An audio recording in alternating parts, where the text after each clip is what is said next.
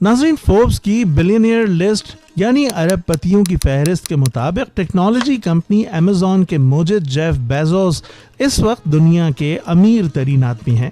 Forbes کے اندازے کے مطابق ان کے اثاثوں کی مالیت 131 ارب ڈالر سے زائد ہو گئی ہے، لیکن جیف بیزوس تاریخ کے سب سے امیر ترین انسان نہیں ہیں۔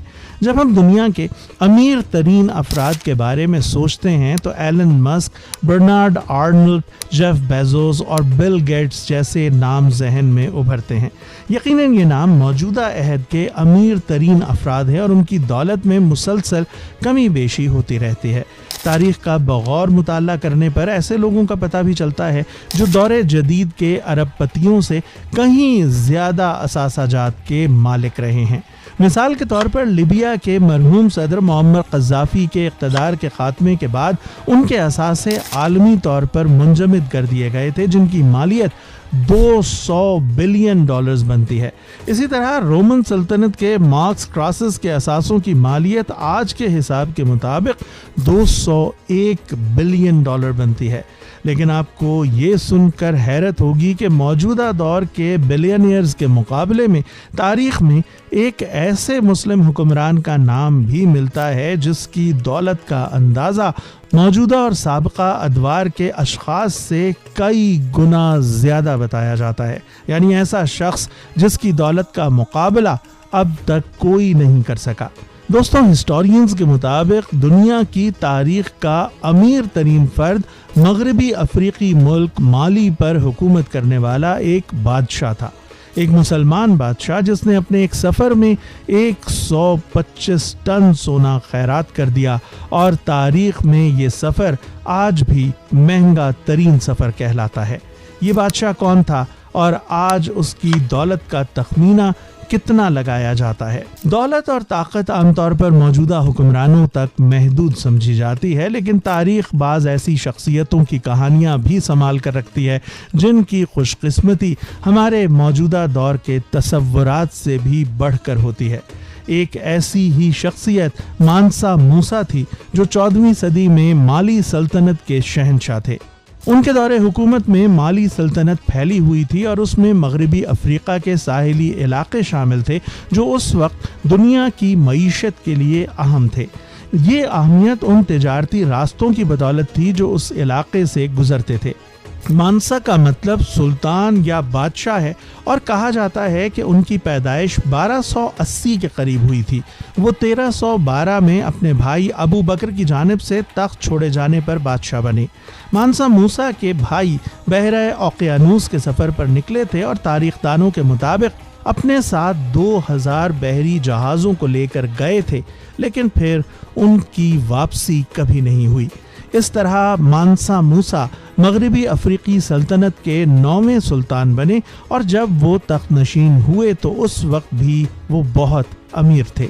تاریخ دانوں کے مطابق اس زمانے میں یہ سلطنت سب سے زیادہ مقدار میں سونا نکال رہی تھی اور دنیا کی مجموعی سپلائی کا 50% سے زیادہ حصہ اس کی ملکیت تھا۔ مانسا موسیٰ کے تخت پر بیٹھنے کے بعد اس سلطنت نے تیزی سے پھیلنا شروع کر دیا، جبکہ تجارت پر بھی بہت زیادہ توجہ مرکوز کی گئی۔ اس نے مالی سلطنت پر جس زمانے میں حکومت کی، اس وقت سلطنت مالی معدنیات کے خزانوں جن میں گرینائٹ، یورینیم، فاسفورس، چونا، نمک اور سونے سے مالا مال تھی۔ بالخصوص سونے کے ذخائر کثیر تعداد میں پائے جاتے تھے۔ اس کا اندازہ اس بات سے لگایا جا سکتا ہے کہ 14ویں صدی کے اوائل میں سلطنت مالی دنیا میں سونے کی کل ترسیل کی نصف کی مالک تھی۔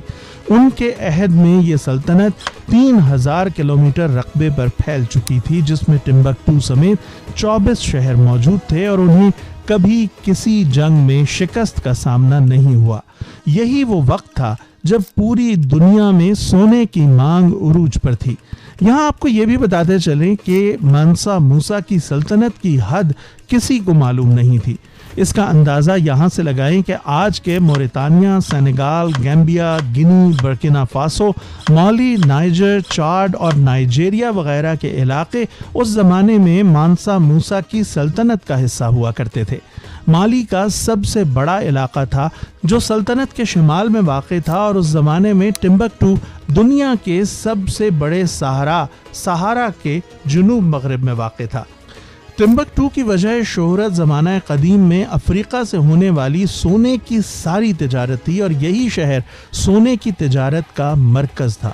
مانسا موسا ایک درویش صفت، نیک اور سخی حکمران کی شہرت رکھتا ہے۔ آج کل زیادہ تر دولت مندوں کے لیے عوام میں کوئی بہت مثبت تاثرات نہیں پائے جاتے۔ سب لوگوں کا خیال نارملی یہی ہوتا ہے کہ ان کی دولت کسی نہ کسی غیر قانونی پیشے سے یقیناً وابستہ ہوگی، اگرچہ ہم ایسا کچھ نہیں سمجھتے۔ لیکن مانسا موسا ہمیشہ سے ایک درویش صفت، نیک اور سخی حکمران کے طور پر شہرت رکھتے ہیں۔ ان کے عدل و انصاف کے متعدد قصے تاریخ میں درج ہیں۔ مانسا موسا کے دور حکومت کا مشہور ترین واقعہ سن 1324 میں ان کا منفرد سفر حج تھا۔ مورخین لکھتے ہیں کہ مانسا موسا کی صرف حج کی تیاری کو ہی لگ بھگ 1 سال سے زیادہ کا عرصہ لگا۔ سونے کی تاروں سے مرصع شاہی خیمے بنائے گئے، اہل خانہ کے لیے سفری محل بنایا گیا۔ موسیٰ کے ذہین ترین درباریوں نے ہزاروں خیموں پر مشتمل ایک بے مثال چلتا پھرتا شہر بنا ڈالا۔ مانسا موسیٰ کو سب سے زیادہ شہرت اس سفر حج کی وجہ سے ملی۔ یہ سفر اس قدر پرشکوہ تھا کہ اس کی وجہ سے مانسا موسیٰ کی شہرت نہ صرف اسلامی دنیا کے ایک بڑے حصے میں پھیل گئی، بلکہ تاجروں کے ذریعے یورپ تک ان کے نام کے چرچے ہونے لگے، اور لوگ ان کے قافلے کو دیکھ کر دنگ رہ گئے۔ لوگوں نے دیکھا کہ مانسا موسیٰ کے قافلے کے ہمراہ 60,000 افراد تھے، جن میں سے 12,000 اس کے غلام اور پیروکار تھے، جنہوں نے 4 پاؤنڈ سونا اٹھا رکھا تھا۔ بقول ابن خلدون، مانسا موسیٰ کے قافلے میں اتنے زیادہ لوگ تھے کہ ان کا شمار نہ ہو سکتا تھا۔ مانسا موسیٰ جس گھوڑے پر سوار تھے اس کے لیے سونے کی خصوصی لگامیں تیار کی گئی تھیں۔ اسی طرح مانسا موسیٰ کے آگے 500 افراد کا دستہ تھا، جنہوں نے خوبصورت ریشمی لباس زیب تن کیا ہوا تھا، اور ہر ایک کے ہاتھ میں سونے کی ایک چھڑی تھی۔ اس کے ساتھ ساتھ اس قافلے میں 80 اونٹوں کا ایک کارواں بھی شامل تھا، جس کے ہر اونٹ پر 136 کلو سونا لدا ہوا تھا۔ دراصل اس وقت میں سلطنت مالی دنیا کے آدھے سونے کی مالک تھی، اور ان سب کا مالک مانسا موسیٰ تھا۔ ایک اندازے کے مطابق مانسا موسیٰ نے 125 ٹن سونا راہ خدا میں خرچ کیا تھا۔ اس سفر کے دوران یہ جہاں سے گزرتا غربا کی مدد کرتا، ہر جمعے کو وہاں ایک مسجد تعمیر کراتا، اور وہاں کے حکمران اور حاکم اور تاجروں کو بلاتا اور انہیں سونے سے مالا مال کر دیتا۔ کہتے ہیں کہ قاہرہ کے لوگوں نے اتنا سونا شاید خواب میں بھی نہ دیکھا ہوگا جتنا مانسا موسیٰ اپنے ساتھ سفر میں لایا تھا۔ مانسا موسیٰ اس سفر کے دوران مختلف ریاستوں کے بادشاہوں سے بھی ملتا ہوا جاتا۔ مصر کے مملوک سلطان اور النصر محمد سے اس کی ملاقات تاریخ کے اوراق میں آج بھی زندہ ہے۔ ابن خلدون کہتے ہیں کہ النصر محمد جیسا بادشاہ مانسا موسیٰ کے جاہ و جلال اور دولت کو دیکھ کر حیران رہ گیا۔ اس سفر کے دوران اس نے اس کثرت سے سونا خرچ کیا کہ مصر میں سونے کی قیمتیں کئی برسوں تک گری رہیں۔ اس زمانے میں غالباً مغربی افریقہ کے اس علاقے میں سونے کی کثیر تعداد پائی جاتی تھی۔ مانسا موسیٰ اس قدر فراخ دل اور سخی اور شاخرچ تھا کہ جب مصر سے گزرا تو کہتے ہیں کہ اس نے غریبوں کو اتنے عطیات دیے کہ علاقے میں افراط زر کی کیفیت پیدا ہو گئی۔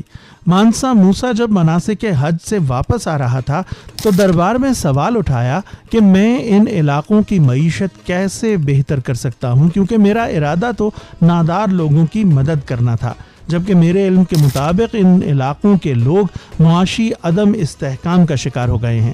اس کو مشورہ دیا گیا کہ لوگوں سے سونا واپس لے کر ان کو رقوم ادا کر دی جائیں۔ چنانچہ باہم مشورے سے مانسا موسیٰ نے اعلان کیا کہ جو لوگ اسے سونا واپس کرنا چاہیں وہ انہیں 2 گنا قیمت ادا کرنے کو تیار ہے۔ لوگوں نے اس ناقابل یقین پیشکش سے خوب فائدہ اٹھایا اور خیرات اور امداد میں دیا گیا سونا دوبارہ اس کے پاس واپس آ گیا اور لوگوں کی معاشی حالت بھی بہتری کی جانب جانا شروع ہو گئی۔ مانسا موسیٰ کے اس سفر کی وجہ سے اس کی دولت اور فیاضی کے چرچے چاروں طرف پھیل گئے، چنانچہ یورپ سے لوگ اس کے پاس صرف یہ دیکھنے کے لیے کہ اس کے پاس واقعی اتنی کثیر دولت ہے جس کے چرچے چہار سو ہیں، جوق در جوق آنے لگے۔ جب مانسا موسیٰ کے مال و دولت کی تصدیق ہو گئی تو اس کا نام کیٹالان کی ایٹلس میں شامل کر لیا گیا۔